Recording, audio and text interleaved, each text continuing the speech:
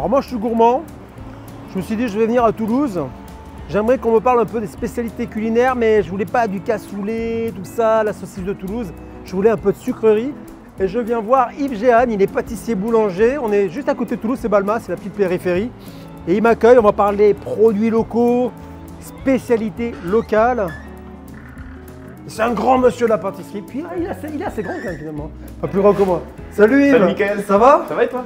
Eh bien, alors je disais en arrivant, c'est un spécial Toulouse. Je voulais parler spécialité, mais pas forcément salé. J'avais envie de sucré.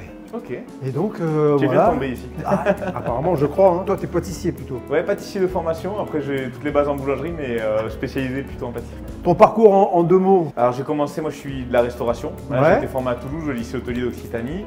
J'ai commencé du coup chez Franck Renimel et Michel Saran ici, D'accord. où j'ai passé mes armes avant d'aller à Luxembourg. Pendant 7 ans, où j'étais chef pâtissier dans un petit palace qui s'appelle l'Hôtel Le Place d'Armes. Et après dans un plus grand groupe qui s'appelle le groupe Stéphane, qui était vraiment une grosse activité au niveau traiteur, plusieurs boutiques, plusieurs restaurants qui se fournissaient chez nous. Et là j'avais un service de 15 personnes en pâtisserie à peu près. Très bien. Voilà. D'accord. Et il était toulousain à la base. Je suis toulousain, ouais, Ouais. tout à fait. Tout à fait. Donc, De Lonnaguet, pas très loin d'ici. Donc, tu es allé un peu voir ce qui se passait ailleurs pour Ouais. te former. Quoi, Par et- opportunité, je voulais un poste un petit peu plus grand, Ah. avec de l'hôtellerie un peu de luxe et tout. C'était dans mes ambitions à l'époque. Donc, Bon. donc voilà. Puis revenir ici. Après revenir aux sources, hein, j'ai eu un enfant avec ma compagne et voilà, ça s'imposait de revenir proche de la famille. Qui est toulousaine, madame aussi. Non, parisienne. Ah, tu l'avais dit. Ah, Toulousaine d'adoption. elle est contente, ça va? Oui, très. À tous, bon, bah, très Oui. bien. Attention, c'est un spécial Toulouse. Ouais. Donc moi, je viens te voir pour parler un peu des spécialités. Est-ce qu'il y a des spécialités pâtissières? Est-ce que tu vois À Toulouse, on a un gâteau Ouais. qui est vraiment connu pour être la spécialité toulousaine, le Fénétra. le Fénétra? Fénétra, tout à fait. Donc c'est un gâteau de voyage. Hein. On a une pâte sablée aux amandes avec Ouais. une confiture d'abricot, zeste de citron confit. Et ensuite, sur le dessus, on a un biscuit d'aqua dessus aux amandes. Ah, mais moi, je connaissais pas le Fénétra. C'est vrai que c'est un gâteau assez peu connu, mais qui est vraiment le seul gâteau, on va dire, vraiment spécialité du coin. Et on le trouve facilement à Toulouse? Pas vraiment, il y a une confrérie, C'est vrai, ouais. voilà, du Fénétra qui existe et qui charte un petit peu toute la fabrication et la vente de ce produit. C'est pour ça qu'on ne le trouve pas vraiment partout. Mais Bon. voilà, Première spécialité, donc le Fénétra. tout à fait. Et Ouais. après, qu'est-ce qu'on peut trouver aussi à Toulouse comme La violette, de la violette, bien sûr. l'histoire de la violette? Voilà, ça je te laisse le dire. Il y a une légende qui dit que c'est un soldat napoléonien qui l'aurait ramené Ok. pour sa compagne à Toulouse et qui l'aurait offert. Et après, t'amènes une petite violette, c'est ça, t'en fais tout un truc. Regarde, juste Tu vas un me petit faire- peu plus loin, on Qu'est-ce t'a que fait c'est quoi? une pavlova qui se trouve juste là. Tiens.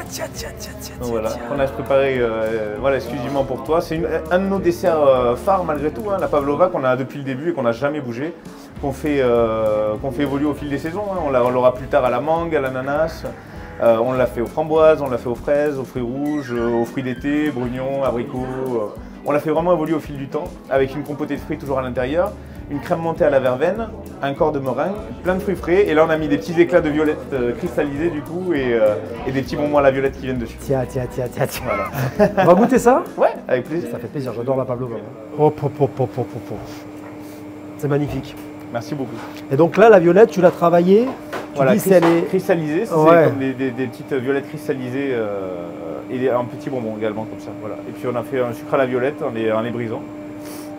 Et t'es devenu pâtissier pourquoi, toi, Yves?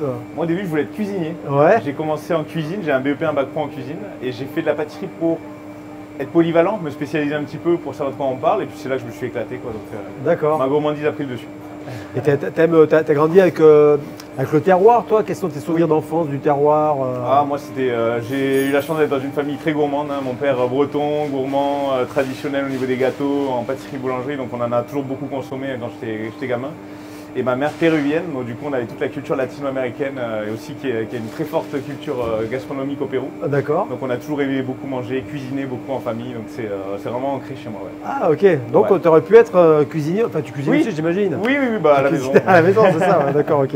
Mais la pâtisserie, encore une fois on le répète, la pâtisserie, il faut être patient, c'est du Oui. boulot, c'est beaucoup d'ingrédients. Plus méticuleux, c'est- plus de précision, c'est ça qui m'a plu aussi je pense. Ouais. La cuisine est un peu plus dans l'instinct, dans le freestyle, c'est un truc que j'aime aussi faire dans mes gâteaux et qui se ressent un petit peu dans ma façon de travailler, mais j'aime aussi le côté très précis, méticuleux et puis un petit peu soigné, la finition qu'on trouve sur les gâteaux. Voilà. Et donc la violette, t'en utilises souvent dans tes créations? Régulièrement, voilà, ouais. vu que c'est un produit vraiment du coin, on essaye quand même de l'incorporer dans des petits gâteaux, des grands. On n'a pas fait de gamme en viennoiserie ou en biscuiterie avec, mais sur des gâteaux, ouais, tout à fait. Ouais. Bon. Mais ça, tu l'as fait exprès pour aujourd'hui ou tu l'as fait On l'a fait, on l'a pimpé un petit peu à la violette pour ton arrivée, mais sinon on a tous les jours on a de la pavlova toujours. Voilà. Merci. Donc là tu retrouves donc un corps de meringue compoté de framboises pépins, qu'on appelle pépins, ce sont des laisses entières. Ensuite framboises fraîches, un peu de figues de la région.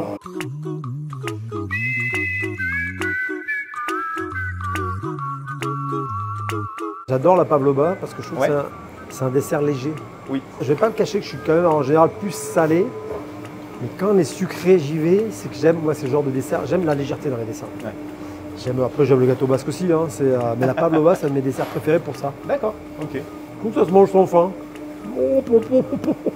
Ça te plaît? Surtout, j'ai la violette là. Ah, C'est un délice.